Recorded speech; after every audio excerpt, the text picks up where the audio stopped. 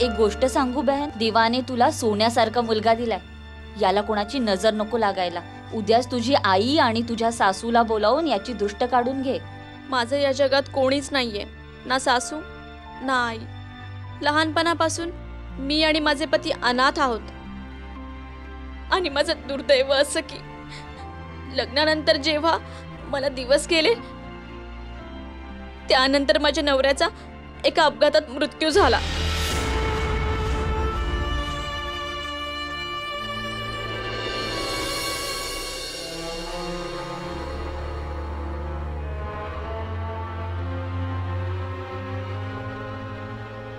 माझं बाळ कुठे? माझं बाळ कुठे गेलं? माझं बाळ कुठे गेलं? माझं बाळ कुठे गेलं? माझा मुलगा काय झालं? माझं बाळ कुठे? माझं बाळ कुठे गेलं? माझं बाळ, माझ्या बाळाला बघितलं तुम्ही? इथे झोपलं होतं. माझं बाळ होतं इथे. अगं घाबरू नकोस, इथेच कुठेतरी असेल. बहुतेक नर्स घेऊन गेली असेल. नर्स का नेल? नर्स नर्स, माझं बाळ कुठे गेलं? माझं बाळ दिसत नाहीये. तुम्ही पाहिलत का? कोणी ऐकत का नाहीये? माझं बाळ दिसत नाहीये.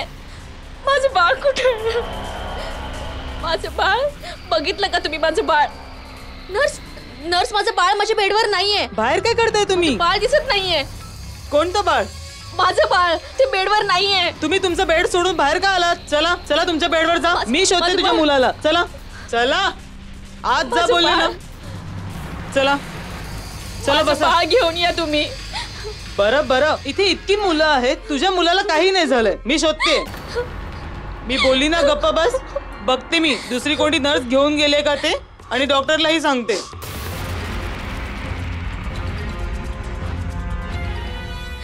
माझा मुलगा. हे बघ, काळजी नको करूस, बाळ सापडेल तुझं. रडणं बंद कर आधी.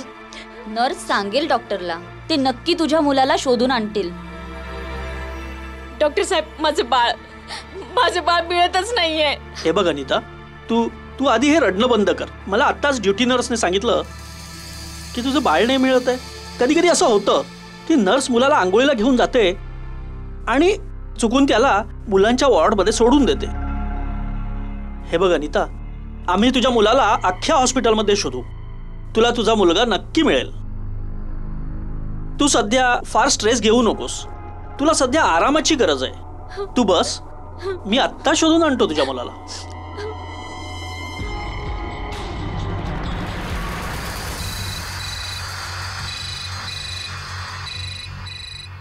Hello hello, major Rathod. हां बोलतोय, बोला. मला तुमच्या मदतीची खूप गरज आहे. खूप सेन्सिटिव्ह प्रकरण आहे. हां बोला ना, काय काम आहे? खरं तर झालंय असं की माझ्या हॉस्पिटलमधून एक बाळ चोरीला गेलंय. हे बघा, मला माहिती आहे की हे काम तुमच्या लेवलचं नाहीये, पण मला तुमच्या मदतीची अगदी नितांत गरज आहे. कारण ज्या बाईचा हा मुलगा आहे तिला लग्नाच्या 7-8 वर्षानंतर हा मुलगा झालाय. आणि आता तिचा नवराही या दुनियेत नाहीये. याआधी जेव्हा तिला मूल होत नव्हतं तेव्हा तिने आत्महत्या करण्याचा प्रयत्न केला होता. जर तुम्ही आम्हाला मदत केली आणि तिला तिचं मूल मिळालं तर एक नाही 2-2 जीव वाचतील. नाहीतर ती बाई सुद्धा आपल्या मुलाच्या विरहात आपला जीव देईल. अरे नाही डॉक्टर साहेब, आमच्याकरता कोणतंही काम लहान किंवा मोठं नसतं. आम्ही नक्की तुमची मदत करू. थँक्यू ऑफिसर, आम्हाला तुमच्याकडून हीच अपेक्षा होती.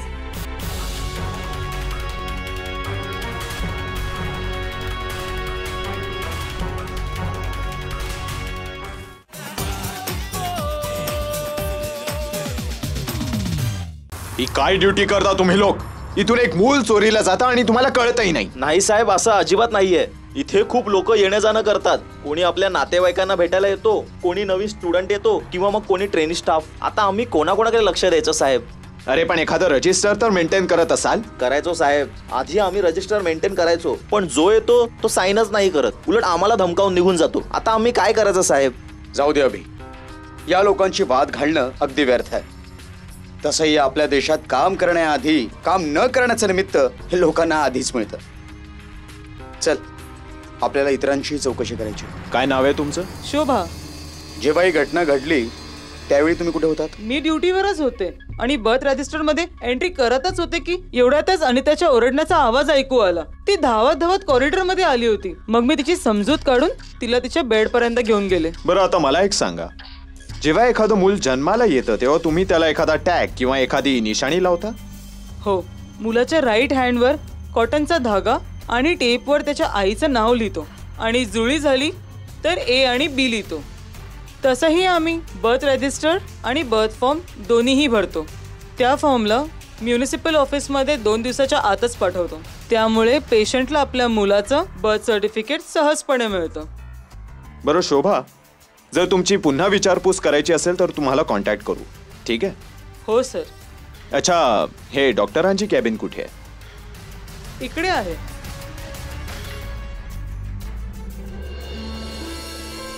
माझ्या करिअरमध्ये आजपर्यंत असं नाही झालं.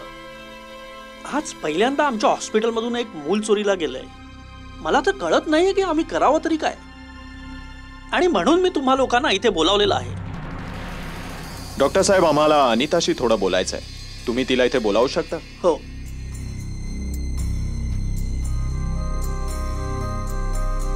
अनिताला माझ्या कॅबिन मध्ये पाठव.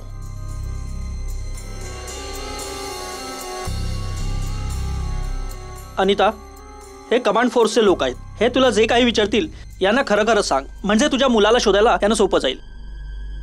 एक गोष्ट सांग अनिता, तुझा कोणावर संशय आहे का जो तुझा बाळ चोरी करू शकतो? नाही. तुझं किंवा तुझ्या नवऱ्याचं कोणाशी भांडण किंवा कोणाशी वैर? माझं कोणाशी काहीही वैर नाहीये आणि माझे पती तर या जगातच नाहीयेत.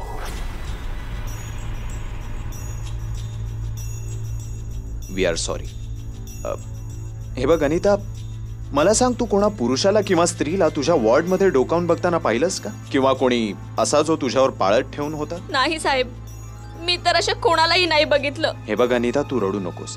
आम्ही तुझ्या बाळाला शोधायचा पूर्ण प्रयत्न करू आणि लवकरच तुझा अपराधी तुझ्या समोर असेल. माझं बाळ सापडेल ना साहेब? माझं या जगात त्याच्याशिवाय कोणीच नाहीये. आता मला फक्त तुमच्याकडूनच आशा आहे. माझं बाळ मला परत करा.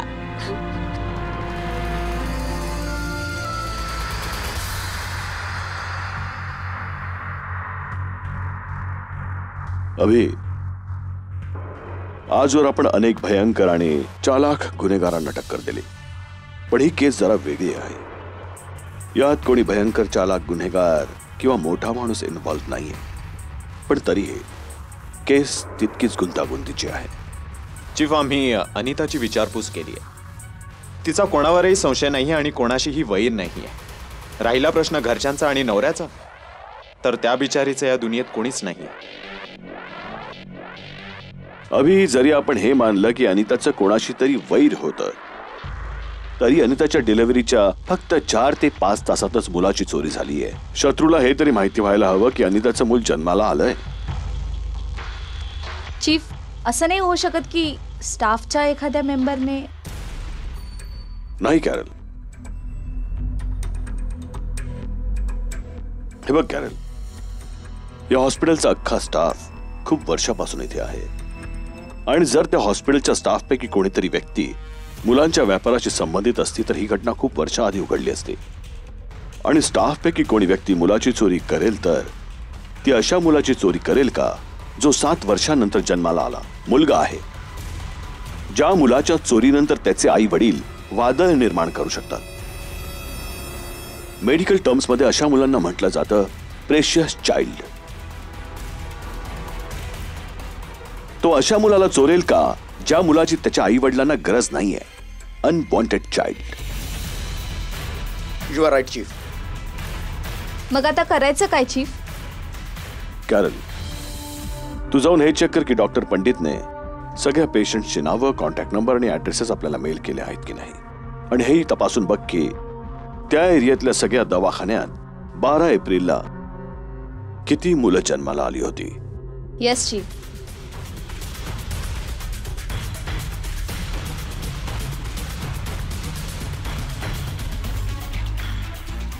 पण चीफ, याचा आपल्याला काय फायदा होईल? साहिल, जेव्हा मूल जन्माला येतो तेव्हा 2 जागी त्याचं नाव रजिस्टर करण्यात येतं. एक तर त्या हॉस्पिटलमध्ये जिथे त्या मुलाचा जन्म झालाय, आणि दुसरं त्या एरियातल्या म्युन्सिपल हॉस्पिटलमध्ये, आणि हे करणं प्रत्येक हॉस्पिटल करता कायद्याने गरजेचं आहे. आणि या प्रोसेसला बर्थ रजिस्ट्रेशन म्हणतात. पण चीफ, याने आपल्याला काय फायदा होईल? साहिल, तू त्या हॉस्पिटलच्या आजूबाजूच्या भागात जा आणि तू स्वतः घरोघरी जाऊन ही माहिती काढ की 12 एप्रिल आणि त्याच्या आसपासच्या काळात किती मुलं जन्माला आली होती. गरज पडली तर लोकल पोलिसांची मदत घे. आणि अभिनव, तू म्युन्सिपल कॉर्पोरेशनला जा आणि तिथे जाऊन 12 एप्रिलला जी काही मुलं जन्माला आली आहेत आणि ज्यांची नावं रजिस्टर झाली आहेत त्यांची लिस्ट घेऊन ये. आणि मग आपण तिन्ही लिस्ट टॅली करू आणि नक्कीच काही ना काही निष्कर्ष काढू. Okay chief. चल साहिल.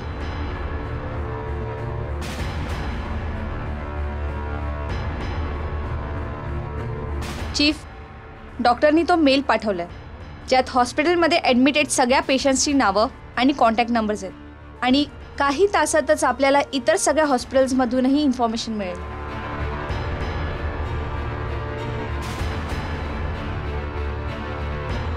मला खात्री आहे की या सगळ्या इन्फॉर्मेशनमुळे आपण त्या मुलाच्या चोरापर्यंत नक्की पोहोचू.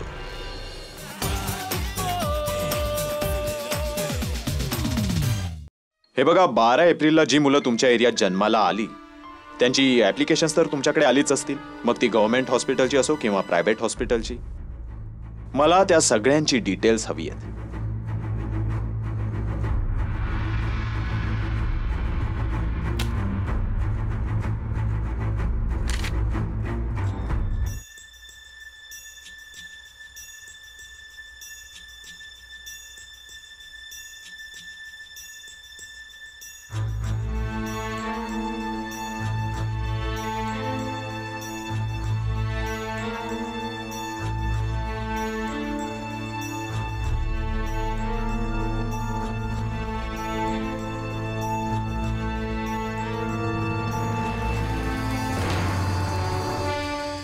कॅरल, अभिनव आणि साहिलने जी मुलांच्या नावाची लिस्ट दिली आहे तिला कम्प्युटरमध्ये फीड केलंस? Yes chief. आता त्या सगळ्या नावांना टॅली कर. त्या तिन्ही लिस्टला टॅली कर. जर कोणतंही नाव असं असेल जे मॅच नाही करत किंवा काहीतरी गडबड आहे, लगेच कळव. Yes chief.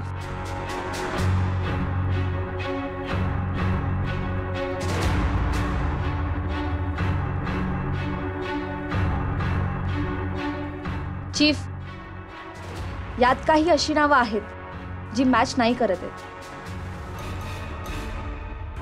लवकर सांग, ती कोणकोणती नावं आहेत आणि ती कशा प्रकारे मॅच नाही करत. येस, 3 नावं अशी आहेत जी मॅच नाही करत आहेत. जरा डिटेलमध्ये सांगशील? हो. एक नाव आहे अनुराधा शर्माचं. तिचं नाव हॉस्पिटलच्या रेकॉर्डमध्ये आहे, साहिलच्या रेकॉर्डमध्ये, पण म्युन्सिपालिटीच्या रेकॉर्डमध्ये नाही आहे.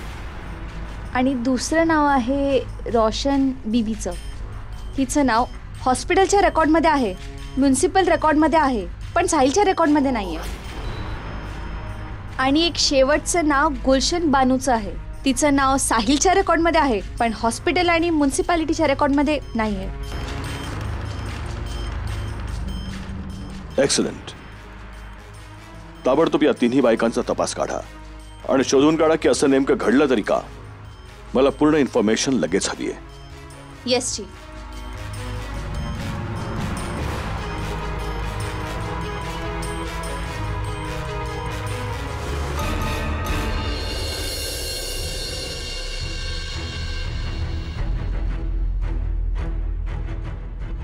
आय होप की जी इन्फॉर्मेशन मी मागितली होती ती मिळालीच असेल. Yes chief. मग आपण वाट कसली बघतोय? सांगा, इन्फॉर्मेशन काय आहे? पहिल्या नावापासून सुरुवात करतो.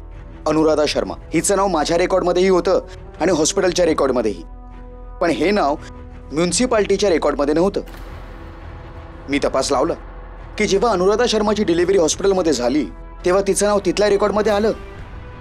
आता तिचं नाव म्युन्सिपाल्टीच्या लिस्टमध्ये जाणारच होतं, पण हॉस्पिटलच्या प्यूनने त्याच्या चुकीमुळे अनुराधा शर्माचा बर्थ फॉर्म कुठेतरी हरवला, म्हणून आताही हे नाव म्युन्सिपाल्टीच्या रजिस्टरमध्ये नाहीये.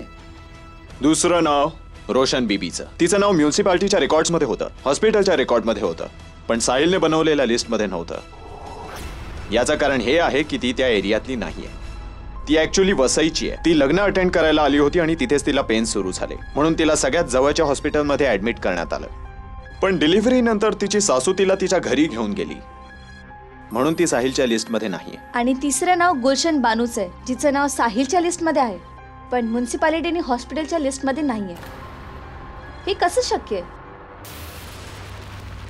या प्रश्नाचं उत्तर तर आपल्याला गुलशन बानूच देऊ शकेल. हो, मीच गुलशन बानू आहे. पण आपण दोघं? आम्ही कमांड फोर्स मधून आलोय. आम्हाला तुम्हाला काही प्रश्न विचारायचे आहेत. हो, बोला. आम्हाला तुमच्या डिलिव्हरी बद्दल माहिती हवी आहे. का बरं? कारण तुमच्या मुलाचं नाव म्युन्सिपालिटीच्या ऑफिसमध्ये नोंदवलं नाहीये. आता सांगा की तुमची डिलिव्हरी केव्हा आणि कुठे झाली होती? ते म्युन्सिपालिटी ऑफिसमध्ये नाव नोंदवणं बाकी आहे. माझी डिलिव्हरी 12 एप्रिलला रात्रीच झाली. ते घरीच कळा चालू झाल्या, म्हणून बाजूच्या चाळीतून दाई मला बोलून आणलं होतं. पण ते तुम्ही हे सगळं का विचारताय? ते म्युनिसिपालिटीच्या ऑफिसात नाव नोंदवलं नाहीये म्हणून? तुमच्या वस्तीतल्या एका मेटर्निटी हॉस्पिटलमधून एक मूल चोरीला गेलंय, म्हणून आम्ही चौकशी करतोय अशा सगळ्या मुलांची जे 12 एप्रिल किंवा त्याच्या जवळपास जन्माला आले होते. ओह, बरं बरं. हे बघा, मला तुमच्या प्रेग्नन्सी आणि डिलिव्हरीचे सगळे रिपोर्ट्स हवेत आणि मला तुमच्या मुलाला बघायचंय. काय आहे, मुलगा की मुलगी? मुलगा आहे, तो पहा झोपलाय.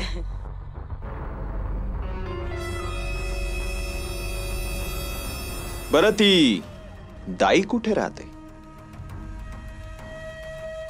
अहो सर, ती दाई माझी आत्या आहे, बाजूच्याच चाळीमध्ये राहते. पत्ता मिळेल त्यांचा? हो हो, का नाही. तिचं नाव उर्फाना बीबी आहे. ती बाजूच्याच चाळीत राहते, 21 नंबरच्या खोलीमध्ये. पण साहेब, का घरी डिलिव्हरी करणं गुन्हा आहे? आणि झालं तर त्यात माझा काय गुन्हा? ठीक आहे, ठीक आहे. जर आम्हाला तुमची मदत लागली तर आम्ही तुम्हाला ऑफिसमध्ये बोलवू, ठीक आहे? हो साहेब, माझंच नाव उर्फाना आहे आणि 25 वर्षापासून दाईचं काम मीच तर करतेय या गावात. गुलशन बानूचं म्हणणं आहे की तिची डिलिव्हरी तुम्हीच केली होती? हो साहेब. गुलशन बानूचं असंही म्हणणं आहे की तुम्ही नात्याने तिची आत्या आहात. हो. मग तुम्हाला हेही चांगलंच माहिती असेल की लग्नाच्या अनेक वर्षानंतर ती प्रेग्नंट झाली होती आणि तिच्याकरता ही प्रेग्नन्सी किती महत्वाची होती. मग तुम्ही तिला घरी मूल का जन्माला घालू दिलं? तुम्ही तिला हॉस्पिटलमध्ये का नाही नेलं? अहो राहू द्या साहेब, हे हॉस्पिटल वगैरेचे चोचले. आम्ही तर 25 वर्षापासून हेच काम करतोय. जेव्हा गुलशन बानू माझ्याकडे आली होती ना, तेव्हा वेळ खूप कमी होता. जर मी तिला हॉस्पिटलला नेलं असतं तर उशीर झाला असता, म्हणून आम्ही घरातच जन्म दिला मुलाला. तर काय चुकीचं केलं साहेब?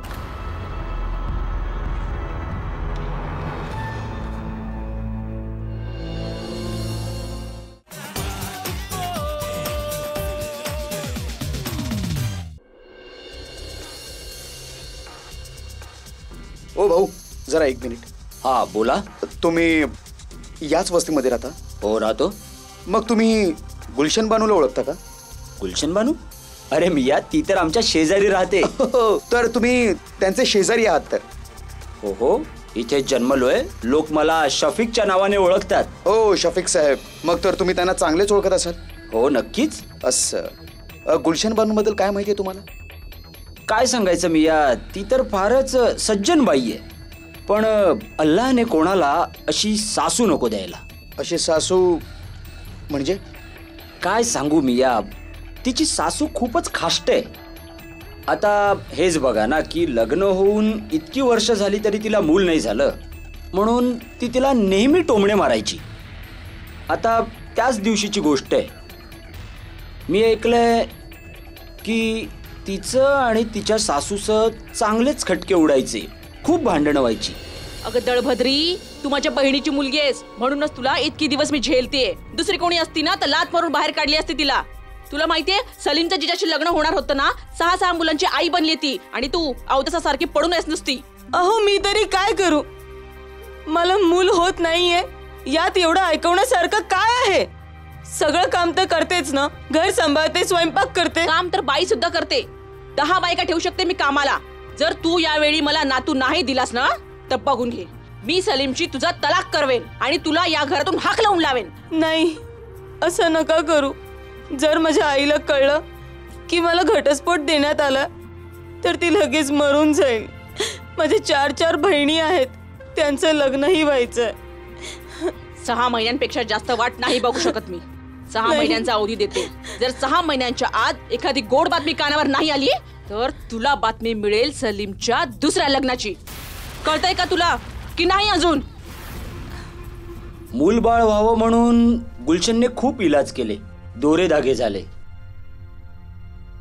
मग गावी जाऊन मन्नत मागितली, तेव्हा कुठे जाऊन हे चांगले दिवस आलेत. मग एक दिवस आम्हाला कळलं की तिला दिवस गेलेत आणि तेव्हापासूनच ती सारखी आजारी पडायची. म्हणूनच तिला सारखं हॉस्पिटलमध्ये ऍडमिट व्हावं लागायचं आणि आजारपणामुळेच तिचं बाहेर जाणं येणंही बंद झालं होतं. या मुलाकरता तिने खूप त्रास सोसलाय. आता तर सासू चांगलीच खुश असेल. अरे मिया, नातू जन्माला आल्याबरोबर सारा वादच मिटला. हो. पण तुम्ही हे सगळं का विचारताय? तुम्ही तिचे कोणी नातेवाईक आहात? नाही नाही, ते बस असंच. चला येतो मी. पण मिया, कमाल आहे. या केसमध्ये मला 2 गोष्टी खटकत आहेत. एक तर ही, जर ही गुलशन बानूची पहिली प्रेशियस प्रेग्नन्सी होती तर मग गुलशन बानूनी घरीच डिलिव्हरी करण्याची रिस्क का घेतली? आणि दुसरं असं की गुलशन बानूच्या शेजाऱ्यांच्या म्हणण्यानुसार गुलशन बानू सारखी सारखी कोणत्या तरी हॉस्पिटलमध्ये चेकअप करता जात होती. मग असं असेल तर कोणतं हॉस्पिटल होतं? कुठे आहे ते हॉस्पिटल? मला वाटतं या सगळ्या प्रश्नांची उत्तरं आपल्याला फक्त गुलशन बानूच देऊ शकते. बोलवा तिला. काय झालं साहेब? तुम्ही सगळ्यांनी मला इथे का बोलवलं? हे बघा गुलशन बानो, तुम्ही आम्हाला जे सांगितलं होतं त्यातल्या काही गोष्टी आम्हाला नाही कळल्या, म्हणूनच आम्ही तुम्हाला इथे बोलवलंय. आधी तर तुम्ही हे सांगा की जेव्हा तुम्ही प्रेग्नंट होत नव्हतात तेव्हा तुमच्या सासूने तुम्हाला 6 महिन्यांचा अवधी दिला होता, हो ना? तर मग अचानक त्या धमकीनंतर 2 महिन्यातच तुम्ही प्रेग्नंट कशा झालात? ही तर अल्लाह तालाची कमाल आहे. बस दुआ केली आणि कबूल झाली. अच्छा, गुलशन बानो, मानून चालूया की हा एक योगायोग असू शकतो, पण तुम्ही वेळोवेळी हॉस्पिटलला गेलात आणि 9 महिने पूर्ण केलेत. हो हो केलं. आम्ही तुम्हाला प्रेग्नन्सीचे काही रिपोर्ट्स आणायला सांगितले होते, तुम्ही सोबत आणलेत? जरा आम्ही बघू शकतो का? हो.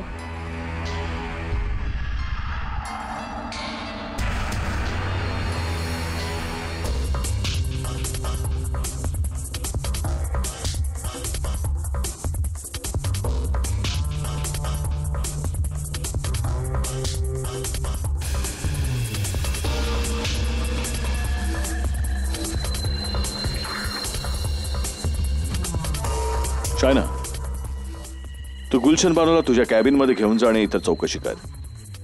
चला.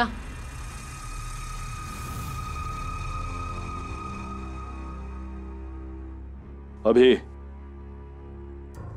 ही फाईल डॉक्टर पंडितांच्या हॉस्पिटलची आहे. हे तेच हॉस्पिटल आहे जिथून मुलगा चोरीला गेला होता. साहिल, ताबडतोब डॉक्टर पंडितांना फोन करून इथे बोलावून घे. चीफ.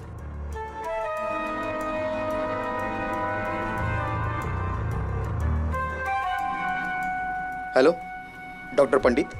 म्हणजे राठोड, तुमचा फोन आला आणि मी माझे सगळे अपॉइंटमेंट कॅन्सल करून तुम्हाला भेटायला आलो. Thank you very much doctor. आता हे बघा, ही तुमच्याच हॉस्पिटलची फाईल आहे. हो तुम्ही ही फाईल बघून हे सांगू शकता की हा पेशंट कोण आहे? सर, मी तुम्हाला फारसं काही नाही सांगू शकणार. हो, हे मात्र सांगू शकतो की या पेशंटचं नाव गुलशन बानू आहे.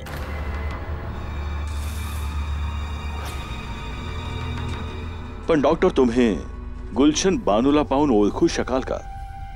सर, मी प्रयत्न करेन. गुड. साहिल. चीफ. शायना, गुलशन बानूला घेऊन ये.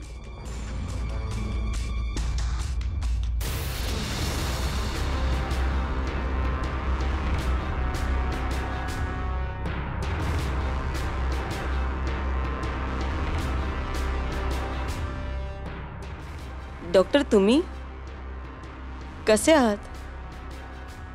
तू डॉक्टर पंडितांना बघून एवढी दचकलीस का? ते माझी ट्रीटमेंट यांच्याकडेच होत होती, पण डिलिव्हरी ह्यांच्या हॉस्पिटलमध्ये नाही झाली, म्हणून ह्यांच्यासमोर मला जरा अवघडल्यासारखं झालं होतं. मला असं वाटतंय की मी यांना कुठेतरी बघितलंय, पण यांचा चेकअप केलाय हे काही मला आठवत नाही. अरे तुम्ही विसरलात? तुम्हीच तर माझी फाईल बनवली होती, तुम्हीच तर माझं नाव लिहिलं होतं. शक्य आहे की मी विसरलो असेल. गुलशन बानो, तुम्ही जेव्हा प्रेग्नंट झाला होता तेव्हाचा फोटो आहे का तुमच्याकडे? त्यामुळे डॉक्टर साहेबांना आठवायला जरा मदत होईल.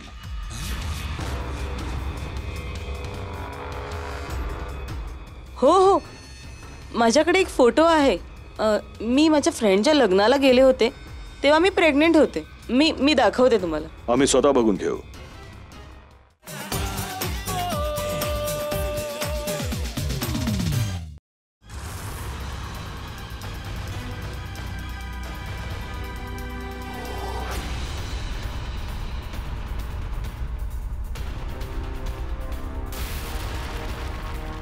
गुलशन बानो, अजूनही तुमच्याकडे वेळ आहे.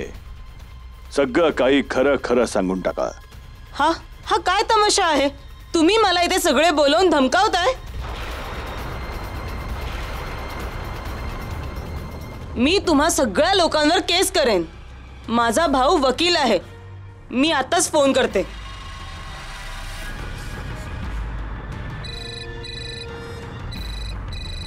हॅलो. हां.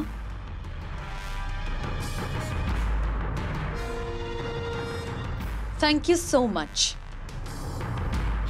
चीफ, मी अनिताच्या मुलाचं ब्लड सॅम्पल जे डिलिव्हरीच्या नंतर लागलीच घेतलं गेलं, गुलशन बानोच्या मुलाच्या सलायवाशी मॅच करायला पाठवून दिलं होतं. दोघांचं DNA सेम आहे. ती दोन्ही मुलं एकच आहे.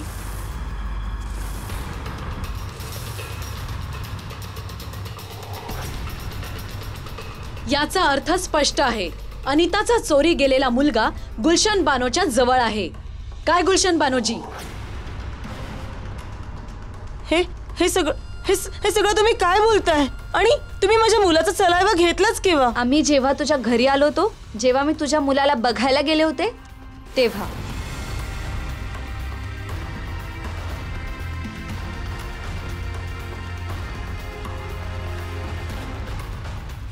तेव्हाच मी तुझ्या मुलाच्या सलायवा म्हणजेच लाळीचं सॅम्पल घेतलं होतं.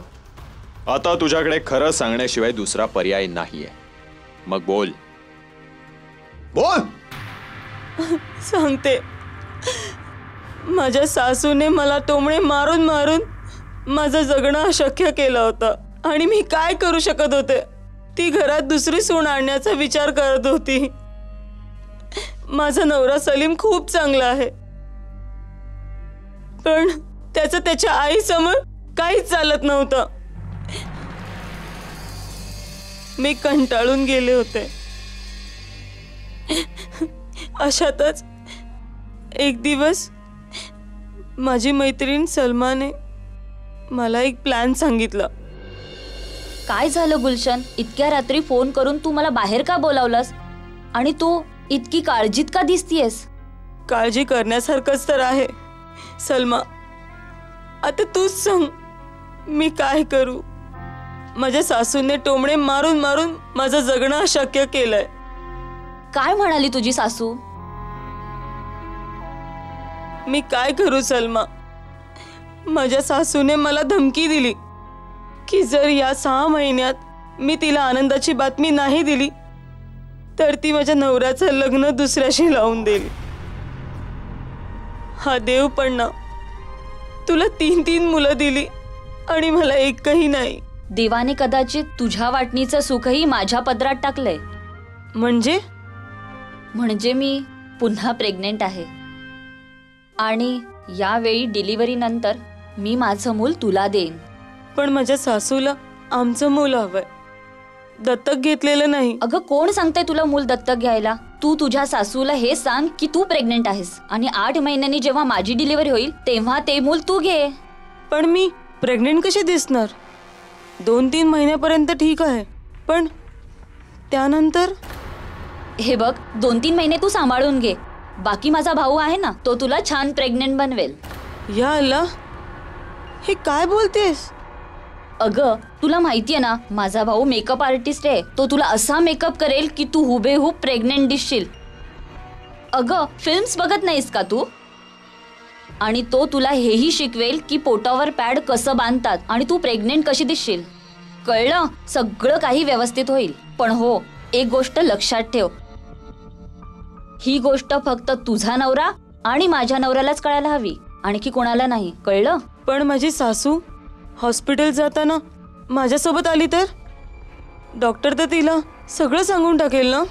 काही हरकत नाही, मी तुझ्या सासूला समजावेन की तुम्ही त्रास नका घेऊ, मी पण प्रेग्नेंट आहे. मग दोघी एकत्रच जात जाऊ, दोघी मैत्रिणी. आणि तसंही माझा नवरा रिक्षा चालवतो, ते आपल्या दोघींनाही घेऊन जातील. मग काय, मी हॉस्पिटलला चेकअप करून घेईन आणि फाईल तुझ्या नावाने बनेल. कळलं? पण डॉक्टरला लक्षात आलं तर? त्यांच्या कसं लक्षात येईल? आणि ते काय आपल्याकडे रेशन कार्ड मागतात का? आता त्यांना काय कळणार आहे की मी सलमा आहे की गुलशन? बरं सलमा, मी थोडा विचार करून सांगते. हे बघ गुलशन, ही शेवटची संधी आहे आणि तुला मदत फक्त मीच करू शकते. माझ्याशिवाय दुसरं कोणीही मदत करणार नाही. कळलं? तुझ्याकडे फक्त 6च महिने आहेत आणि मी पण तर प्रेग्नेंट आहे. आणि तुला जे करायचंय ते लगेच बोल.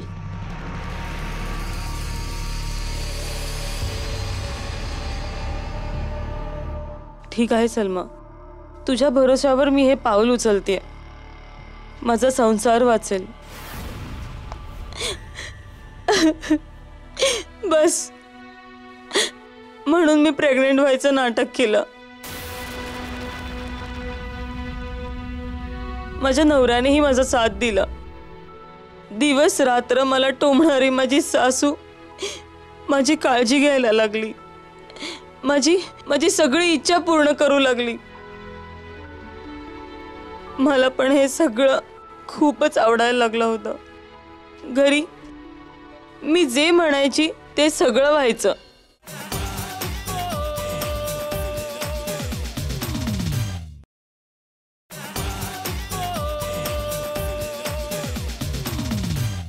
मी जे म्हणायची ते सगळं व्हायचं.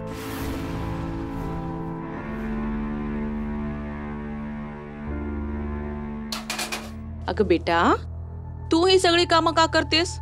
आता तर तुला तुझी काळजी घ्यायची आहे, तुझ्या मुलाच्या तब्येतीची काळजी घ्यायची. आता तू आराम कर. आणि हो, मी तुझ्याकरता मोसंबीचा ज्यूस काढून ठेवलाय, जाऊन पिऊन घे पटापट. पण मला थोडं तरी काम करू द्या, नाहीतर तुम्ही थकाल. कशी काय थकेन मी? अजून तर मला माझ्या नातवाला मांडीवर घ्यायचंय, त्याच्याशी खेळायचंय. आणि जेव्हा आम्ही दोघं खेळू ना, तेव्हा तू काम करत जा. ठीक आहे? चल पटकन, मग तुला संध्याकाळी हॉस्पिटललाही जायचंय सलमा बरोबर, हो ना? लवकर जा, आराम कर.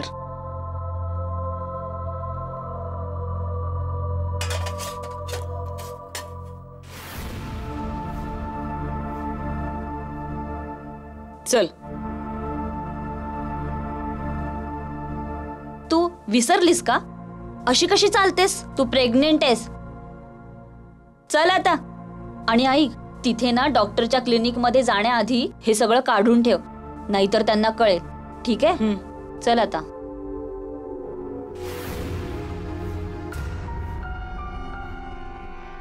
अगं ये गुलबानो, बोल, कसं काय येणं केलंस? बस रुटीन चेकअप साठी आले. ओ ठीक आहे, ये.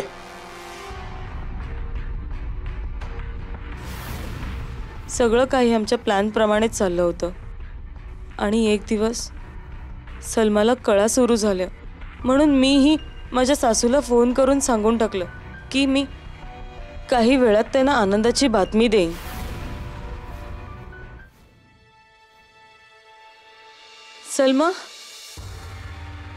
सलमा, कशी आहेस तू? आणि बाळ कसं आहे? ठीक आहे, त्याला नर्स आणतच असेल.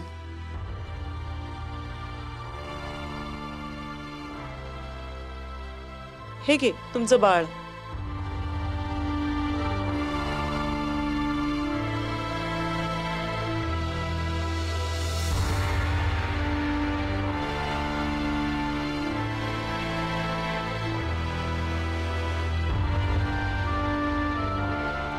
या अल्लाह, तू माझ्या सगळ्या इच्छा पूर्ण केल्यास. सलमा, तू मला खूप आनंद दिला आहेस. मी तुझे हे उपकार आयुष्यभर नाही विसरणार.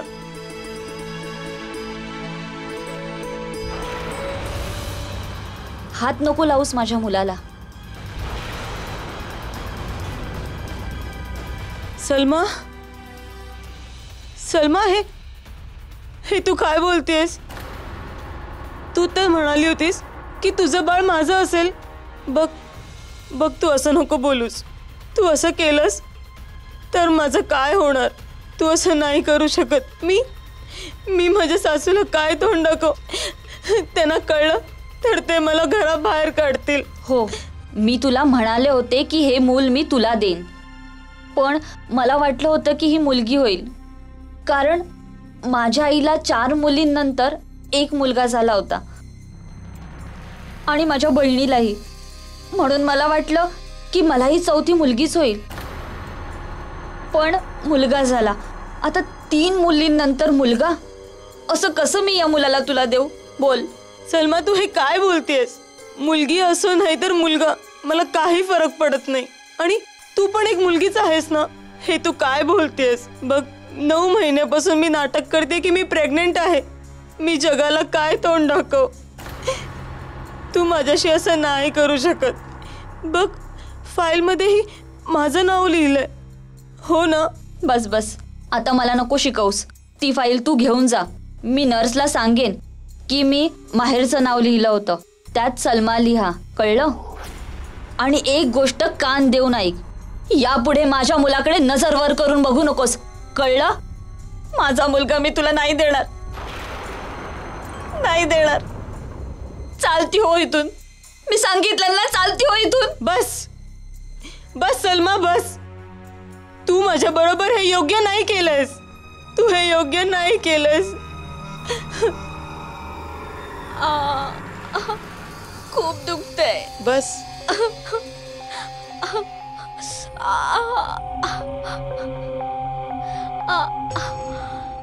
आरामात, आरामात. हा, आरामात. आता खूप पेन होते. डिलिव्हरीची वेळ झाली. दुखतंय. आराम कर. हा, आता आम्ही ऑपरेशनची तयारी करतो. हा,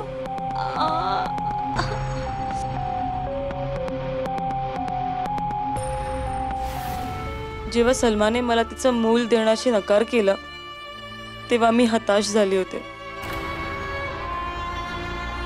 मी रिकामी हाती घरीही नाही जाऊ शकत होते.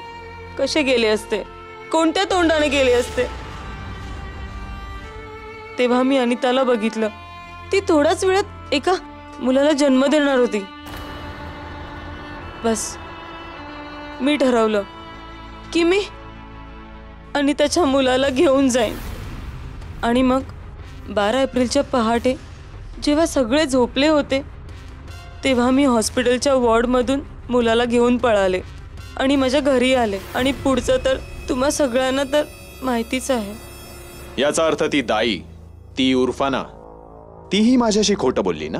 हो, ती दाई माझी आत्या आहे.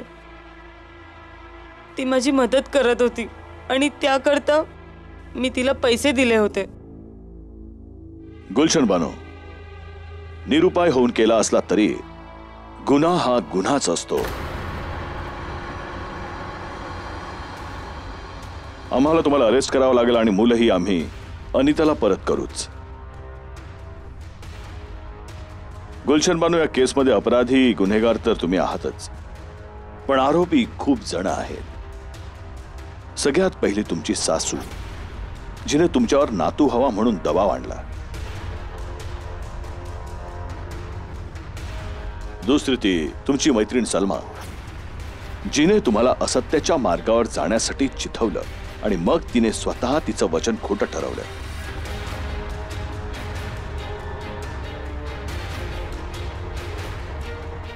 आपला हा पूर्ण समाज जो अपत्यहीन स्त्रियांचा आदर करत नाही, तुमची ती मैत्रीण सलमा जिने तुम्हाला तिचं मूल देण्यास नकार दिला कारण तिला मुलगा हवा होता. जर आमच्या समाजात मुलगा आणि मुलीचं स्थान समान असतं तर सलमाने आपला मुलगा गुलशन बानूला दिला असता आणि हा प्रकार घडलाच नसता. तुम्ही पण लक्षात ठेवा, जर अशा गुन्ह्यांना संपवायचं असेल तर सुरुवात आपल्याला आपल्या घरातनं करावी लागेल. खरं सांगा, तुम्ही तुमच्या घरामध्ये दोघांचाही सन्मान समान करता?